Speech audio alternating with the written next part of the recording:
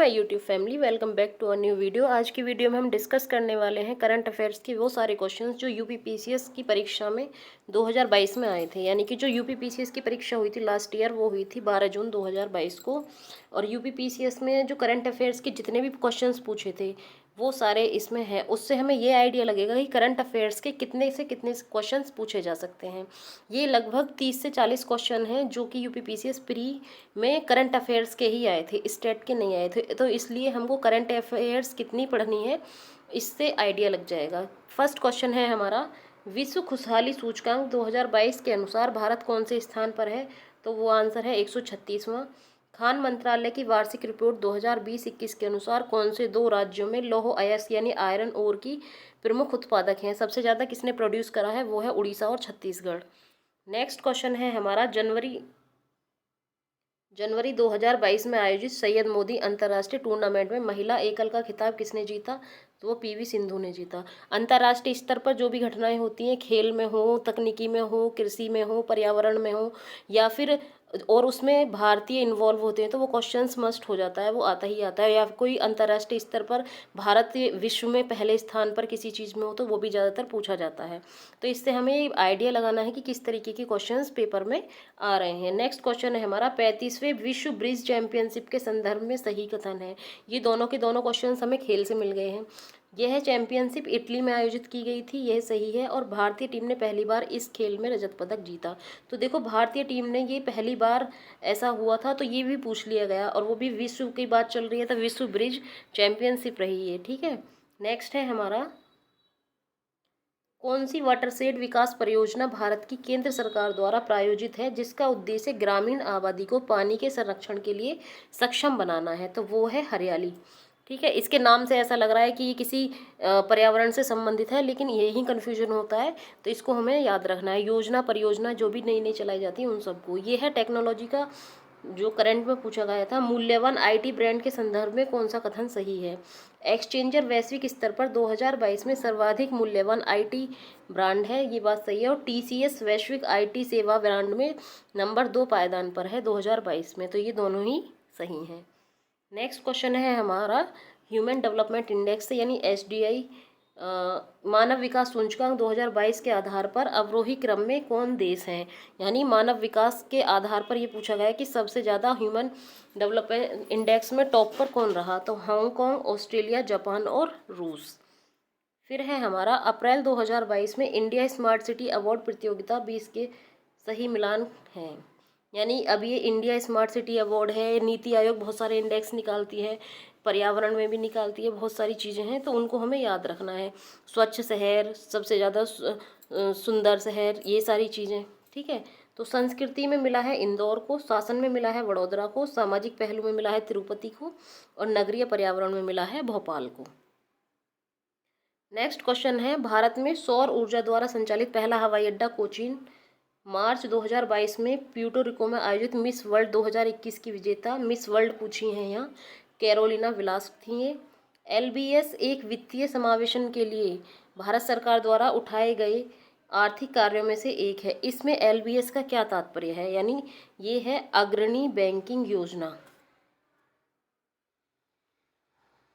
किस स्थान पर विश्व स्वास्थ्य संगठन परंपरागत औषधि का वैश्विक केंद्र स्थापित करने जा रहा है?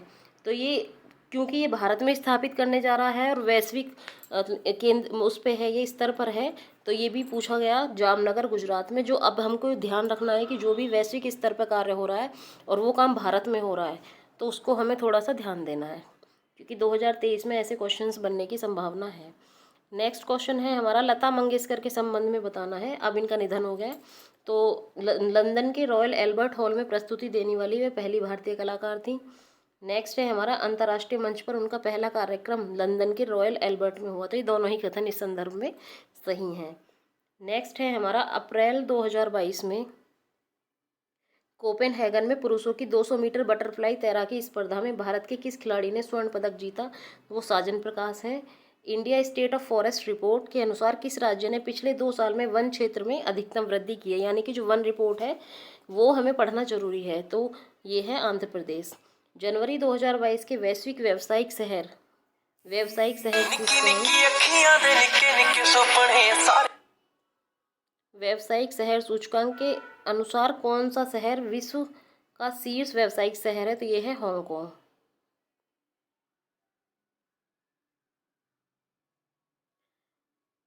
फिर है हमारा जनवरी 2022 के वैश्विक व्यावसायिक शहर सूचकांक के अनुसार, ये हमने सॉरी हो गया है, अप्रैल 2022 में कौन तंजानिया की पहली महिला अध्यक्ष बनी? तो सामिया सुलह हसन बनी। नेक्स्ट है हमारा वर्ष 2022-23 में केंद्रीय विश्वविद्यालय स्नातक प्रवेश के लिए एकल खिड़की प्रवेश परीक्षा का क्या नाम है? तो ये CUET की परीक्षा पास करनी होगी ग्रेजुएशन में एडमिशन लेने के लिए। संयुक्त राष्ट्र संघ के पर्यावरण कार्यक्रम द्वारा जारी वार्षिक फ्रंटियर रिपोर्ट 2022 के अनुसार दुनिया का दूसरा सर्वाधिक ध्वनि प्रदूषक युक्त भारत का कौन सा शहर है? तो ये है मुरादाबाद। नेक्स्ट है हमारा नई दिल्ली की किस प्रसिद्ध इमारत को प्रधानमंत्री संग्रहालय में परिवर्तित किया गया? यह है 3 मूर्ति भवन।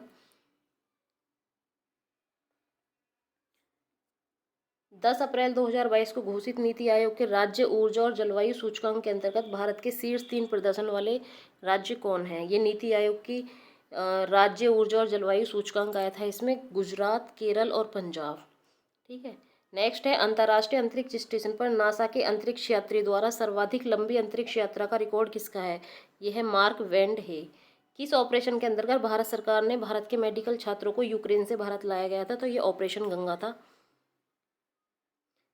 फिर है हमारा भारत के किस राज्य ने स्वच्छ जल एवं जल सुरक्षा के लिए देश का पहला digital water data bank aquarium का अप्रैल 2022 में शुभारंभ किया? तो ये कर्नाटक था। कोविड-19 के लिए दिया जाने वाला सिनोवैक एक वायरस का टीका है। ठीक। फिर पूछा है मेक इन इंडिया के संबंध में बताना है कि कौन से कथन सत्य हैं। मेक इन इंडिया प्रोग्राम की शुरुआत 2014 में, ये बात सही है, मोदी जी ने करी थी। इसका उद्देश्य भारत में कंपनियों को विनिर्माण हेतु प्रोत्साहन देना, निवेश को सुगम बनाना है। ये दोनों ही कथन सही हैं। फिर है हमारा बिम्स्टेक के संदर्भ में PM नरेंद्र मोदी ने 5वें बिम्स्टेक शिखर सम्मेलन को 30 मार्च 2022 को संबोधित किया। ये सही है। और 5वें बिम्स्टेक की अध्यक्षता भारत ने नहीं की थी।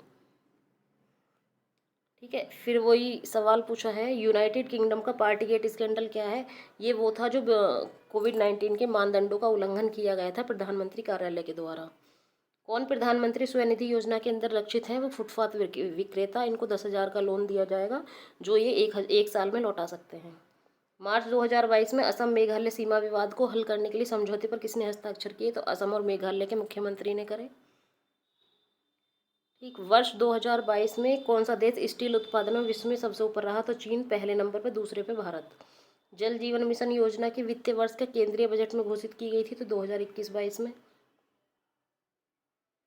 2022 और 2026 में प्रस्तावित कॉमनवेल्थ गेम के संदर्भ में कौन सा सही है? तो 1 जुलाई 2022 में कॉमनवेल्थ खेलों का आयोजन बर्मिंघम इंग्लैंड में होगा और 2022 में कॉमनवेल्थ गेमों का आयोजन विक्टोरिया ऑस्ट्रेलिया में होगा।